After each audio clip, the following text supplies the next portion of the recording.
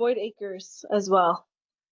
Oh, good. Okay. And so we have Janet Townsend, who is the City Finance Director, is with us tonight, and Councilor Perkins. And I'd probably wait another 2 or 3 minutes to make sure everybody gets on. But basically, Janet, the questions that have come up are, how did the city arrive at the 76 cents? What's the formula for that? If the current levy expires in June and this one doesn't pass, how does the fire department get funded? And what's the impact on the general fund? Those are some of the questions that we've come up with. So I'd say reward those who come on time. Let's get started. Excellent. Excellent. Well, thank you all again for the opportunity to join you in your meeting today. Jeanette Townsend, I'm the finance director for the city.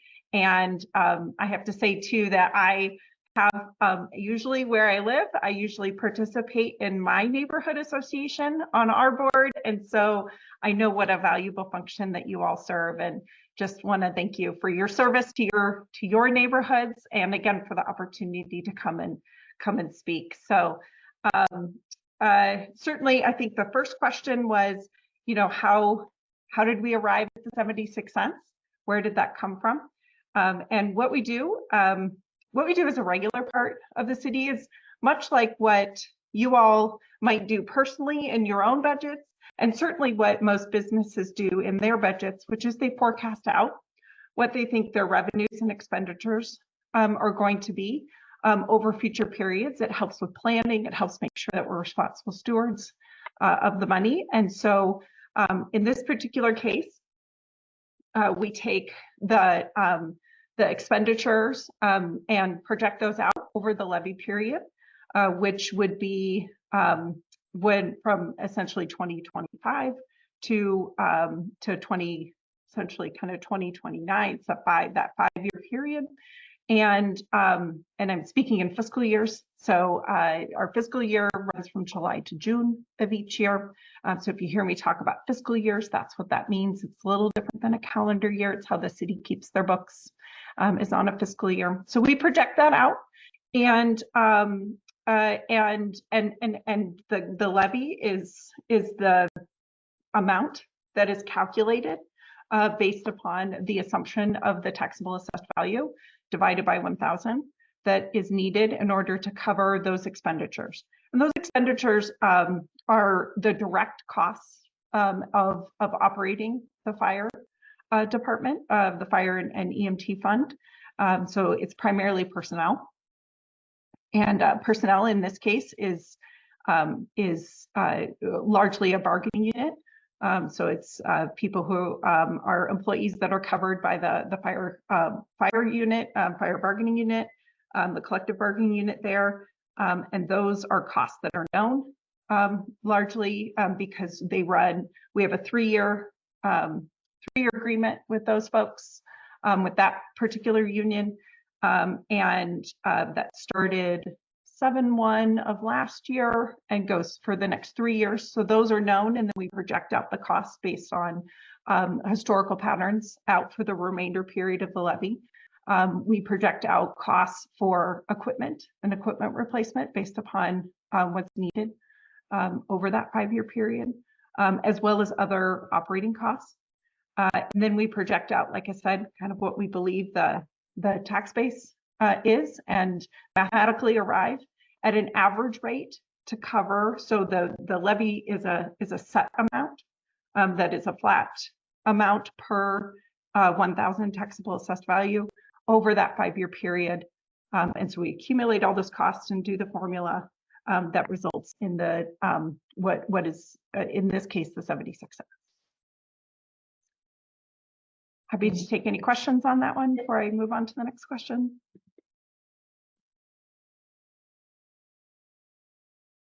I guess that was a good explanation. Yeah.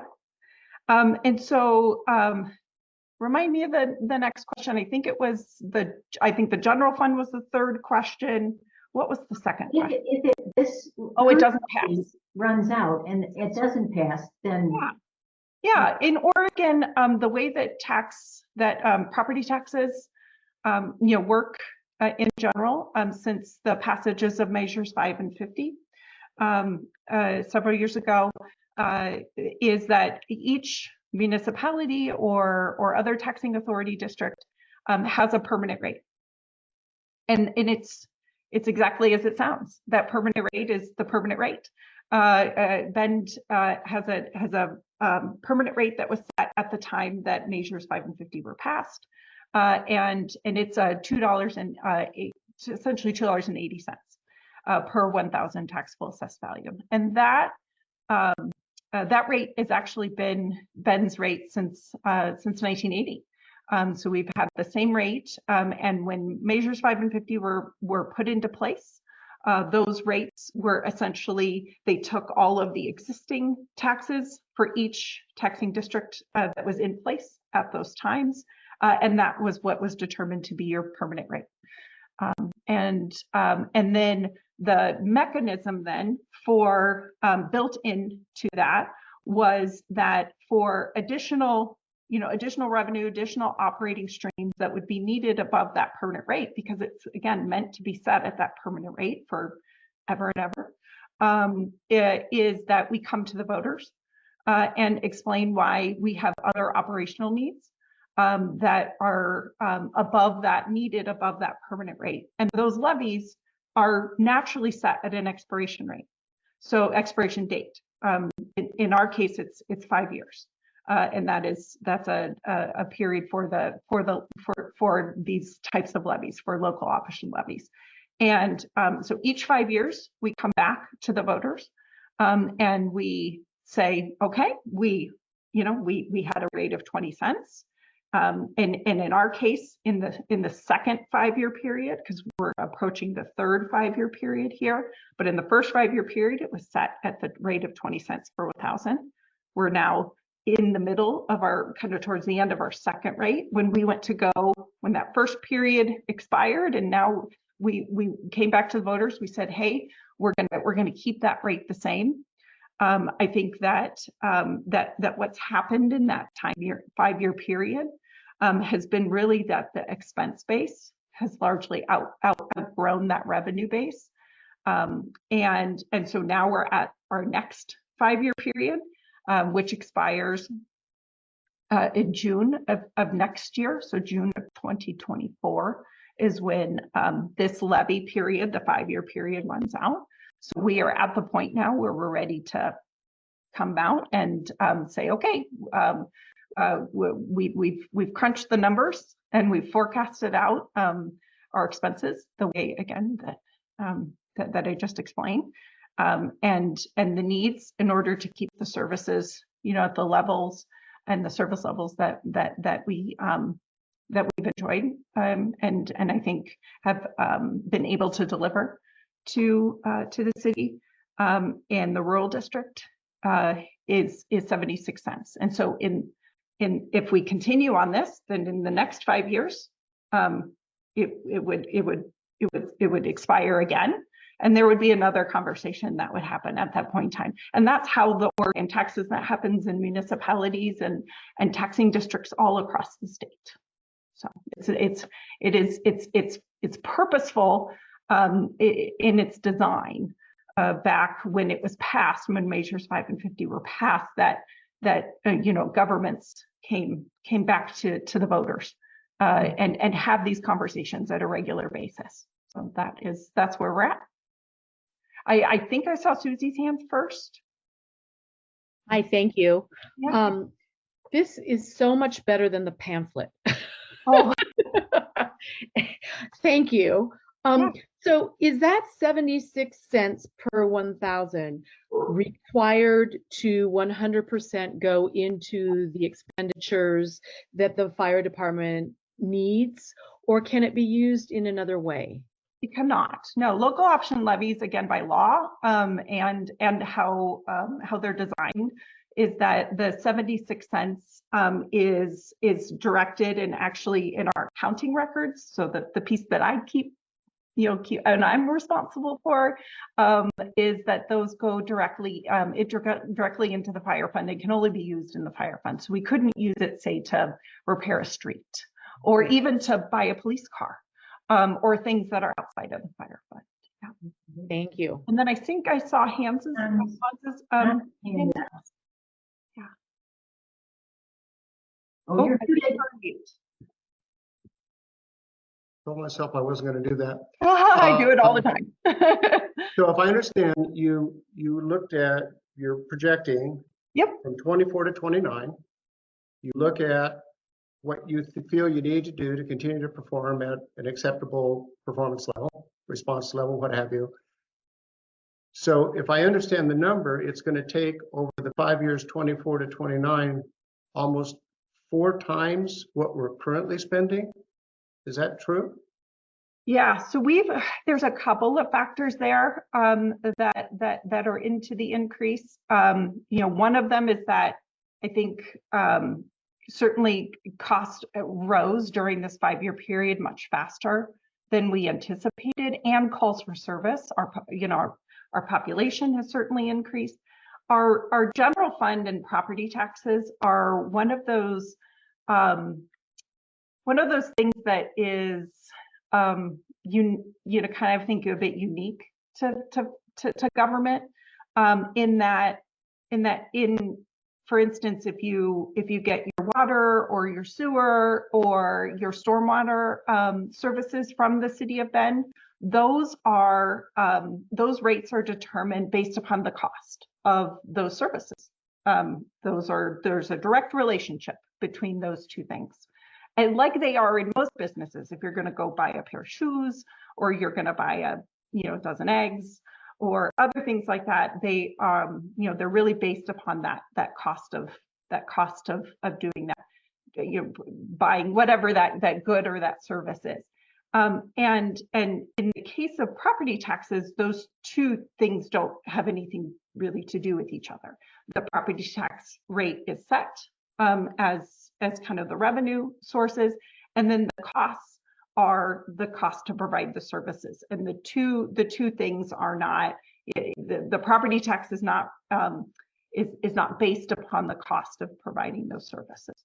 So because the city's permanent rate is not changing, and it's based upon taxable assessed value over periods of time instead of market value, right? Market value of your homes, it's based upon taxable assessed value. The growth of that particular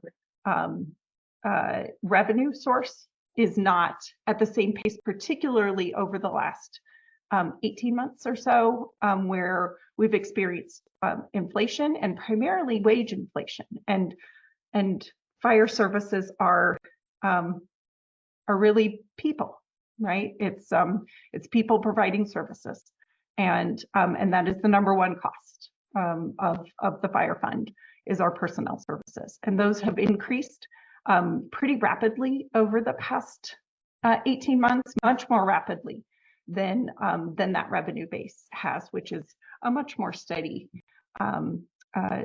figure. And so what we're seeing is that as we project those costs out, and I'm an accountant, so I really try personally, as we're, what I approach our forecasting process and forecasting our expenses out really similarly to what I would expect as a taxpayer. So I try and be responsible in our assumptions, and those assumptions are laid out in a couple of the presentations that I've done to council. You can kind of see where the numbers come from, the number base. When we do our people budgeting, we actually do it literally down to a person level.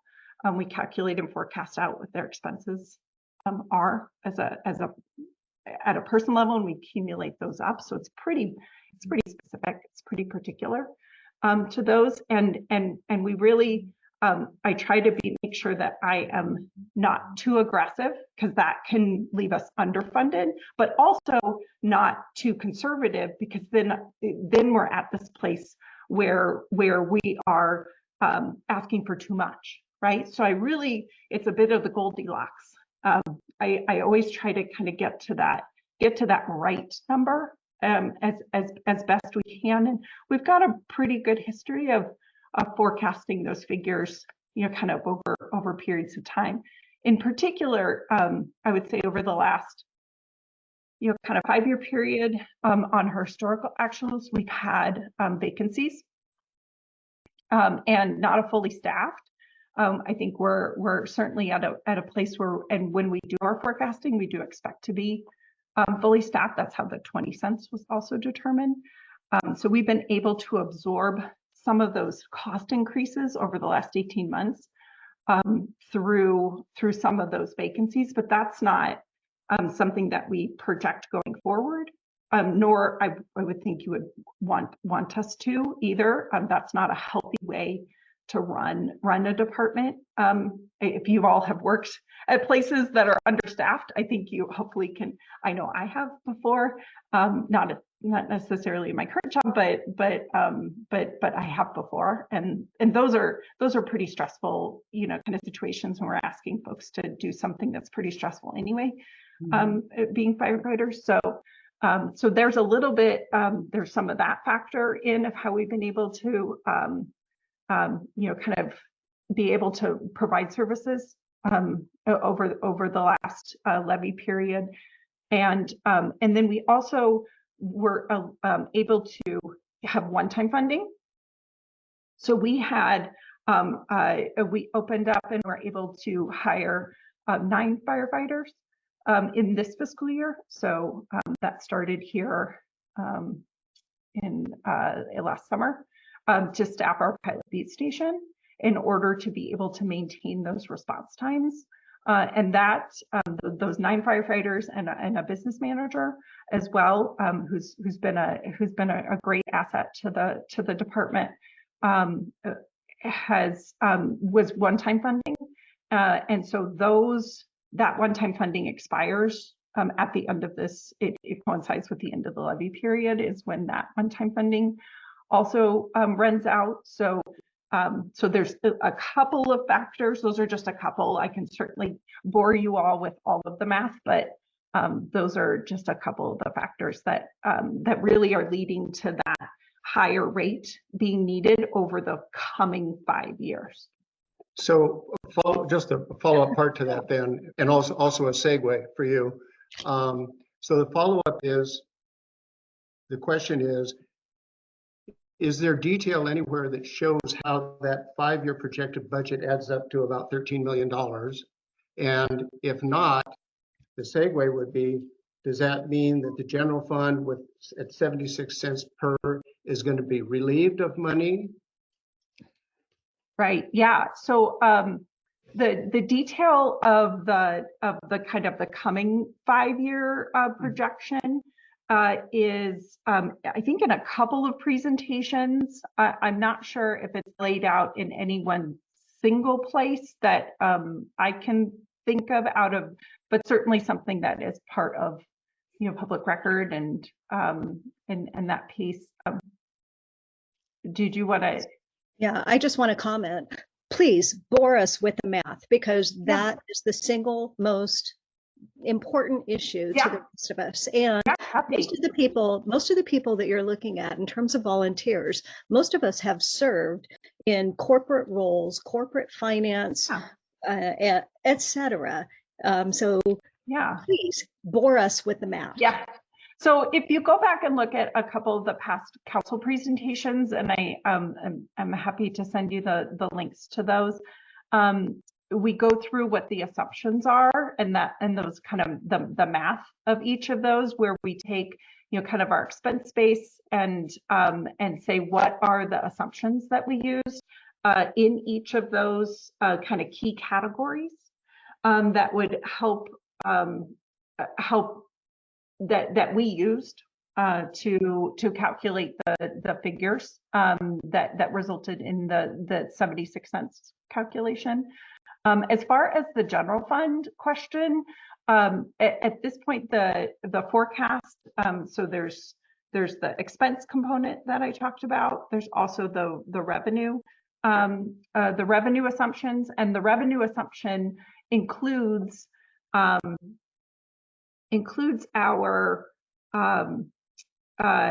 general fund subsidy. So that's the part that comes from the city's permanent tax rate. So that portion that comes from the city's permanent tax rate, which goes into our general fund, and then that portion of that we transfer over to the fire fund for their operations, has been at the $1.18 rate in the last, I think, 2 years.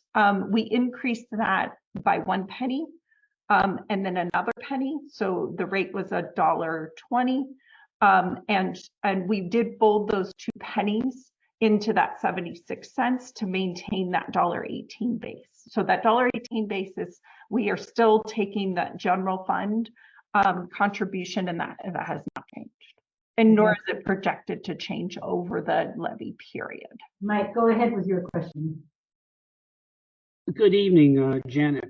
Jeanette, On yeah. my desktop screen, slide 13 of the last of 3 presentations to council. This is the slide which shows recommended service level and levy renewal, and it shows a lot of bars beginning with fiscal year 2020 running all the way to 2029. Yeah. Kind of a numbers kind of guy, and I'm looking at this, and the first 3 are actual. The next one is fiscal year 23 is projected. The first 4 years all show a surplus. I found in your annual financial reports that the ending fund balance has grown from 2.9 in fiscal year 13 to 7.8 in fiscal year 22. It sure seems like revenue is pretty consistently exceeding costs, but it just sounded like you made a comment that that's not the case, that expenses have exceeded. It looks like you're projecting on this slide for fiscal year 23, which ends in about 2 months. It will have a surplus of almost $2 million. So I'm scratching my head. This is, I think, goes with what Lisa's saying. You may have a whole lot of numbers, but frankly, the presentations to council really doesn't show anything. It just shows bar graphs and no real detail. Yeah, so I'm happy to dive a little deeper into that, Mike. Thank you for your question. So we've got the surplus. So there is a reserve that is held at the fire fund, just like there is in our general fund. It's equal to about 16% of our operating expenditures. And that is equal to about 2 months worth of expenditures. That's per our fiscal policy. And I think a prudent, again, I always approach these things as a taxpayer myself, and think that that's an appropriate set. The growth in those from a whole dollar standpoint. So it is really several of those are timing of capital expenditures were delayed. So we delayed several of those capital expenditures.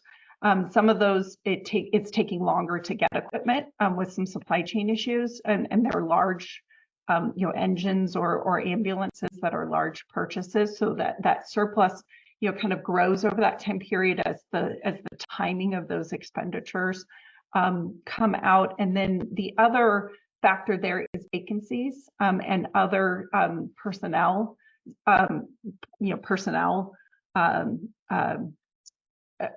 savings, and that's also part of how we've been able to continue to fund, particularly in 23. We're coming down. Sorry, got distracted by the chat there. I'm happy to address that question, but I'll finish my thought here and then come back to that. Is the expenditures, and then what we've got. So when I refer to expenditures and revenues, I'm really talking about the pace of those things and the rate increase, because that's really the factor as we project out over taking the current base and projecting out those over the next 5 years, that we're seeing that pressure and that shortfall occur that is creating the need for the 76 cents.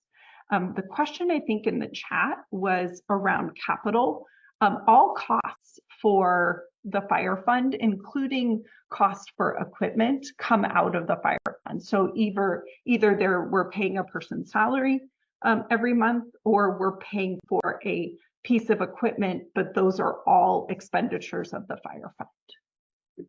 I have a follow-up to that. Actually, I had 2 follow-up questions. First, when I go through the last 10 years of annual financial reports, it looks like capital outlays are basically funded by loans. Yeah. So then there's just like continuing debt service on that loan. Yeah. Right. So as far as an operating expense, you're including the debt service, but not the actual capital expense. So when you talk about not being able to buy an ambulance, sure, it's just like going home and telling your husband, I'm going to go buy a car with cash, and says, no, let's finance it because we don't have the annual revenue to fund the purchase of that new car in 1 year. So, well, I don't have a husband. Well, so good thing. You get the point. Right? And I have seen that consistently capital outlays generally seem to be funded by debt, not the annual revenue you get from, I think there's 4 major sources: fire revenue, charge services, intergovernmental, and general fund makes up 99% of the fire fund revenue, at least in fiscal year 22. Yeah. So when people say, well, we have all this stuff we need to buy or we've delayed it, it's really just the principal and the interest, which is not the full value. Here's the problem, and I think Lisa hit on it. You have a lot of numbers on your desk or in your computer, and I'm looking at slide 13, and it doesn't show me anything except colored bars. What's scary about this, as I look at fiscal year 23, and then I look at fiscal year 25, I see a huge jump. I see a jump of 46%, because I've done the scaling and the calculation. A 46% increase in operating expense over a 3-year span. That is a very large increase, which doesn't seem to be backed up by historical trends.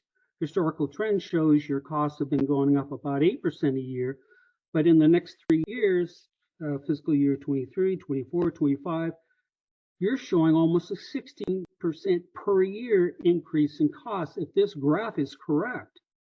That's scary, and maybe it's totally right, but you haven't actually shown us how it can jump that much in 3 years. We know that it's not just hiring 10 more people. That's only 1.4 million. So there's a lot of mystery. A lot of this mystery might be cleared up if this election just wasn't this spring. If it was later, like November or even next May, because then we'll have more data. More data is always better to look at projections, always better in forecasting.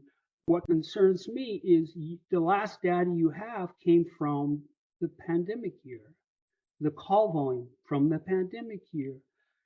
It's concerning that are we basing a forecast on a recent trend which was highly impacted by the pandemic? Either pandemic call volume went up, which it did, went up 13% in fiscal year 22 per your report. What's going to happen fiscal 23? The revenue from calls charged is well down. So to me, that suggests that call volume should decrease, not increase. So it just seems like, wouldn't we all be better off if we had more information to make an informed decision? Not May, maybe November, or maybe even the following, because we still have the time.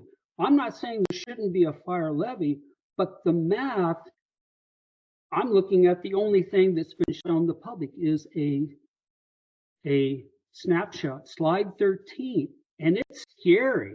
And there's really no numbers for number geeks like me that want to understand why is there so much increase. Steve, you want to Can I go ahead? follow up on that? Mike, may I interject now? Oh, yeah, I'm done. I'm done. Okay. Bend has experienced an incredible growth in housing over the past 10 years, and is expected to continue to have that rapid growth over the next 5 to 10 years. It seems to me that every residence that is built adds to the property tax in this city. That includes the base property tax of $280,000 plus the fire levy. We're all paying it. Every door that's added is another source of money. I understand, and I think this number may be wrong, but we're adding like 3,000, 3,600 units a year in this city. That's an awful lot of new tax revenue. It seems to me that that rate of growth should match the increase in expenditures and the need for services in the fire department. So I'm kind of puzzled as to why we need a quadrupling of this property tax. There's one fire tax levy. And I'm also concerned that there's no absolute commitment on the part of the city that the $1.18 rate, which Ms. Townsend refers to, will continue in the future.